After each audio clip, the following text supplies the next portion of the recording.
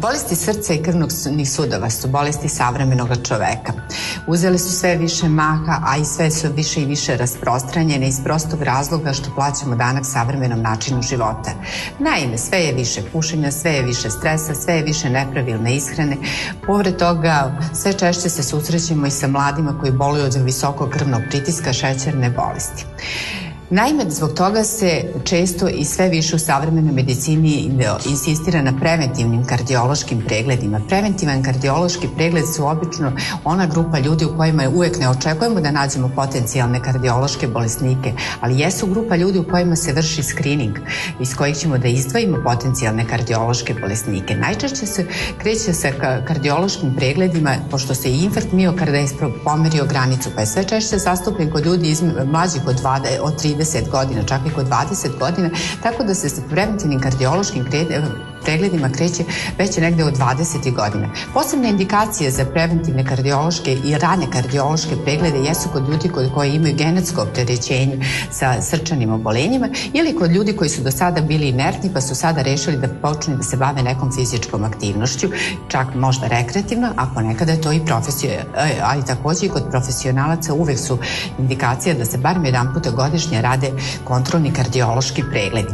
Svaki kardiološki pregled počinje naravno sa uzimanjem anamneze, razgovorom sa pacijentom, gde se vodi razgovor počeo od tih specifičnih pitanja koje su karakteristične samo za kardiovaskularne bolesti, pa sve do onih drugih pitanja u kojima dobijemo uvid u opšte stanje jednog bolesnika. Osnovni kardiološki pregled podrazumeva auskultaciju srca, pluća, merenje krvnog pritiska i EKG. Već na osnovu toga mi dobijemo neku globalnu sliku o pacijentu i njegovom zdravstvenom stanju. Međutim, jedan kompletan kardiološki pregled podrazumeva da se uradi i ultrazvuk srca. Ultrazvuk srca nam daje dosta podataka o valvularnom stanju, kakve su valvule na srčanom mišiću, kakva je debljina zidova, kakva je funkcija kontraktilnost srca. Ukoliko se u toku rada i pregleda primeti da postoji povišene vrednosti krvnog pritiska, onda je apsolutna indikacija da se kod toj osobe uradi holter krvnog pritiska. Holter krvnog pritiska podrazumeva 24-časovno merenje vrednosti krvnog pritiska i tu se registruju takođe one rizične grupe, takozvani dipni pacijenti kod kojih ne dolazi do noćnog pada krvnog pritiska.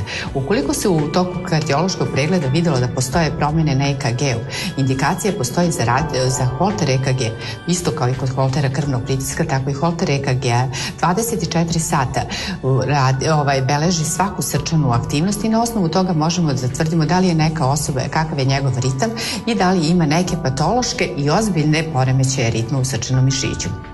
Sada, ukoliko se radi o indikaciji da se ti ljudi bave sportom ili su tek počeli da se bave ili kod njih postoje neka sumnja na ishemijsku bolest, onda se produbljuje. Rade se takozvani stres eko testovi, a to su testovi fizičkim opterećenjem, gde mi maksimalno forsiramo srčani mišić pod kontrolom da vidimo kako se on ponaša na naporu.